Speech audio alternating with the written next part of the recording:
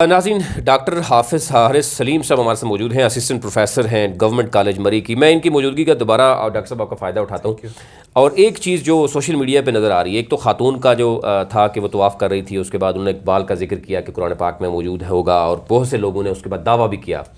ایک تو اس پہ آپ ہمارے جو سامعین ناظرین ہیں ان کے لیے کہ یہ کیا ہے، یعنی لوگ ظاہر ہے اس پہ بھی جاننا چاہتے ہیں۔ دوسرا، ہمارے ہیں کئی ریلیجس اسکالر، میں نے پہلے بھی ذکر کیا، کئی ایسے پیر ہیں جو مختلف لوگوں کو گمراہ کر رہے ہیں، ظاہر ہے ان کی ایک بڑی تعداد فالوورز کی ہے،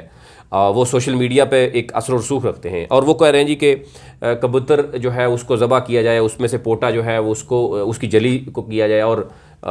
کل کی جو بتا رہے تھے کہ بہت سے جو مزار ہیں، کیونکہ بہت سی جگہوں پہ کبوتر ہیں، وہاں سے وہ غائب ہونا شروع ہو گئے، وہ سیل ہونا شروع ہو گئے۔ اب یہ پوزیشن کیا ہے؟ اگر اس طریقے سے عوام کو گمراہ کیا جائے گا اور ہر ریلیجس اسکالر اپنا ایک طریقہ بتانا شروع کرے گا اور احتیاط نہیں ہوگی، میڈیکیشن نہیں ہوگی، تو آپ سمجھتے نہیں ہیں کہ مزید یہ ہے وبا پھیل سکتی ہے؟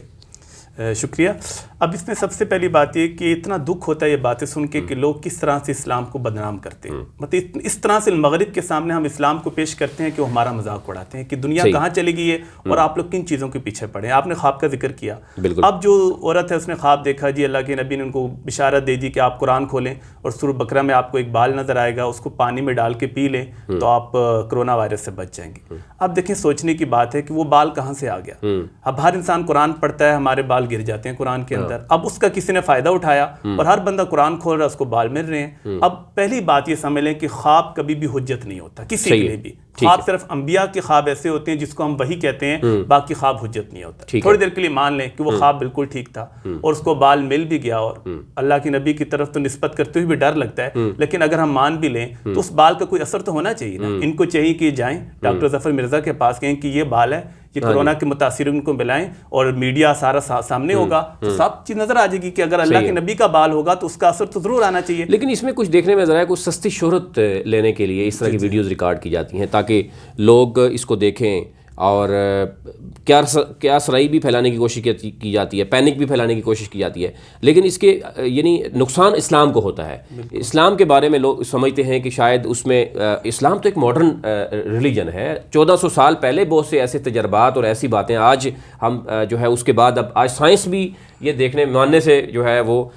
پہلے سائنس بھی اس کو انکار کرتی رہی ہے، لیکن آج سائنس بھی یہ ماننے کے لیے تیار ہے کہ اس وقت جو بات کی گئی تھی وہ بہتر۔ اور آپ حیران ہوں گے کہ ابھی امریکہ کے اندر جو ان کا ٹیکساس یونیورسٹی کے اندر ایک اسکالر ہے ان کا، وہ کہتا ہے اس نے اللہ کے نبی کی وہی حدیث جو تعاون کے حوالے سے انہوں نے کہا نا، انہوں نے کہا یہ قرنطینہ وہاں سے ثابت ہے کہ آپ نے تعاون والے علاقے میں کسی کو جانے نہیں دیا، ان کو آئسولیٹ رکھا، اس نے وہ پوری حدیث کوٹ کر کے اپنے ٹویٹر اکاؤنٹ۔ چائنا میں دیکھیں نا یہی ہوا کہ انہوں نے وہان سٹی سے کسی کو باہر نہیں آنے دیا، کسی کو اندر نہیں آنے دیا۔ ایون ہمارے جو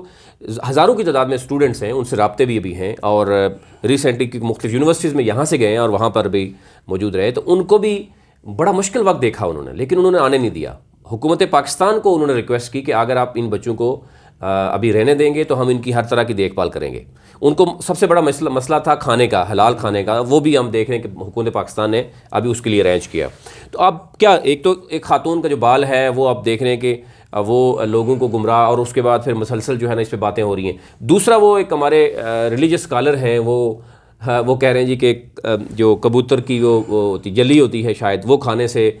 کرونا وائرس جو ہے نا۔ میں تو آپ کو یہ کہوں گا آپ کی وساست سے کہ اب میڈیا کا دور ہے، جو بھی ہم آپ کو جو ٹریٹمنٹ بتا رہے ہیں وہ میڈیا کے سامنے لائیں، لوگوں کو پلائیں، اور اس کا اگر علاج درست آتا ہے تو ہم فخریہ انداز سے بتائیں گے کہ ہمارے علماء نے اتنا اچھا کام کر دیا۔ یہ سستی شہرت حاصل کرنے کا ذریعہ ہے۔ اور میں ایک اور بات آپ کو کہہ دوں کہ جو ان سے لوگ پھونکوں سے علاج کرتے ہیں انہوں نے اپنے سارے دربار بند کر دیے، وہ آئیں تاکہ اپنی کرامت دکھائیں، تاکہ رہتی دنیا تک ان کا نام قائم رہے۔ باتیں تو ہم قصے کہانیاں بہت سنتے ہیں، تو آج آئیں اور یہ علاج کر کے دکھائیں تاکہ بالکل چیز کلیئر ہو جائے۔ تو اگر نہیں کر سکتے تو پھر خدا عوام سے یہ ریکویسٹ ہے کہ پھر ان لوگوں کے پاس دوبارہ نہ جائیں، کیونکہ ہمارا علاج ان چیزوں سے کرتے ہیں، اور خود پیٹ میں درد ہوتا ہے تو ڈاکٹر کے پاس جاتے ہیں، اسپیشلسٹ کے پاس جاتے ہیں۔ میں آپ کہتا ہوں ایک بہت بڑے پیر صاحب جو بہت بڑی بیماریاں، کینسر، ہارٹ پیشنٹ کا علاج اپنے پھونک سے کرتے ہیں، ان کو مجھے سے کہا کہ جب اس کو شوگر تھی اس کا باقاعدہ اس نے سب سے اچھے ڈاکٹر سے ٹائم لیا، میرے دوست نے بتایا، اور باقاعدہ ٹریٹمنٹ چل رہی ہے۔ اپنا علاج کرواتے ہیں ماڈرن ڈاکٹر سے، اور ہمارا علاج کرتے ہیں اس طرح کی چیزوں سے، کیونکہ ان کو پتہ ہے کہ عوام بیوقوف ہے، ہماری باتوں میں آ جائے گی، تو عوام کو بھی چاہیے کہ اب اس دور میں اویئرنیس اپنے اندر پیدا کریں اور ان چیزوں کے پیچھے نہ۔ اچھا، حکومت کا کیا کرنا چاہیے؟ اب ہم دیکھ رہے ہیں اس دن کے گورنمنٹ یونیورسٹی لاہور کے پروفیسر ہمارے دوست ہیں، انہوں نے بھی ذکر کیا کہ اس وقت ایک تو یہ دیکھنا ہے کہ اسلام کو بدنام کیا جا رہا ہے، اگر آپ پورے پاکستان کی تمام مساجد کو کمیونٹی سینٹر ڈکلیئر کریں گے اور وہاں پر جو امام مسجد موجود ہیں اگر آپ ان کو تنخواہیں دیں گے، ایک پے اسکیل مقرر کریں گے اور پھر ایک تمام مکاتب فکر کے لوگوں کو آپ اکٹھا کریں گے، تمام ریلیجس اسکالر کو کریں گے اور خطبہ آپ گورنمنٹ اسٹیٹ اپنی مرضی سے دے، جو مسائل حکومت کو درپیش ہوں قرآن و سنت کی روشنی میں ان کا حل بھی ہونا چاہیے، اور پھر وہ ایک ہی خطبہ ہو پورے پاکستان میں۔ اب ہوتا کیا ہے، آپ کیونکہ اس سے بخوبی علم ہے آپ کو، ہمارے کئی دوست ہیں جو ہمارے کلاس فیلوز بھی، وہ ایک ابھی یو اے ای میں ایک ہمارے دوست ہیں وہ جمعہ پڑھاتے ہیں، تو وہ کہتے ہیں کہ یہاں پر جب میں موجود تھا تو مسجد میں اس گلی محلے کے لوگ مجھے 10-20 اکٹھے کر کے مجھے تنخواہ دیتے تھے، پھر وہ جو کمیٹی کے چیئرمین تھے وہ جب تک آتے نہیں تھے جب تک میں نماز نہیں ادا کر سکتا تھا، وہ میرے بالکل پیچھے کھڑے ہوتے تھے،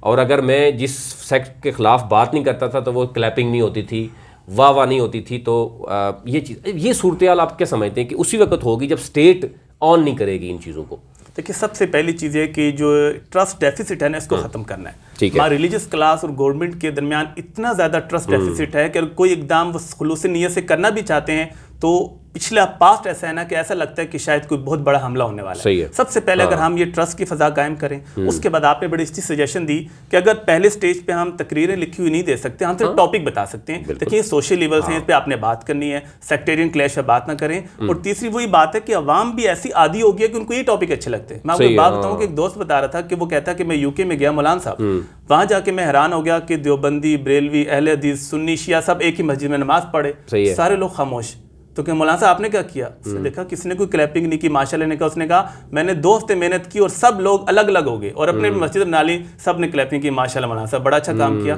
تو لوگ بھی اتنے یوز ٹو ہو گئے ہیں کہ ان کو جب تک ان کے مطلب کی بات نہ بتائی جائے، لیکن ہم نے ٹیچ کرنا ہے۔ بیسیکلی ایک امام ٹیچر ہے، اور ٹیچر یہ نہیں دیکھتا کہ اسٹوڈنٹ کو کیا ضرورت ہے، وہ یہ دیکھتا ہے کہ جو چیز حق ہے وہ لوگوں کے سامنے رکھتا ہے، اور ہم نے ایجوکیٹ کرنا ہے۔ ٹھیک ہے، تو مولویوں کی حکومت کو سرپرستی بھی کرنی چاہیے، ان کی ضروریات پوری کریں اور پھر ان کو ایک ذمہ داری دیں، ٹاسک دیں کہ یہ آپ نے اس طرح سے معاشرے کو ایجوکیٹ کرنا ہے، تو بہت بہتر ہو جائے گا۔ بالکل ناظرین، اس میں دیکھنا ہوگا،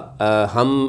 فوراً یہ تو کہہ دیتے ہیں کہ مساجد میں کیا کچھ ہو رہا ہے، لیکن حکومت اور اسٹیٹ کو یہ دیکھنا ہوگا کہ کیا وہ مساجد جس میں وہ امام مسجد ہیں ان کی تنخواہ ان کو کون دیتا ہے۔ اگر حکومت تنخواہ نہیں دے رہی، حکومت اگر کوئی چیز تعین نہیں کر رہی، تو ڈیفینیٹلی پھر اس طرح کے جو معاملات ہوتے ہیں وہ آپ کے سامنے آتے ہیں۔ اور آپ دیکھنا ہوگا کہ موجودہ حکومت کو، جہاں پہ ہم دیکھ رہے ہیں کہ جناب یہ بتایا جا رہا ہے کہ فلاحی ریاست کی بات ہو رہی ہے، میرے خیال سے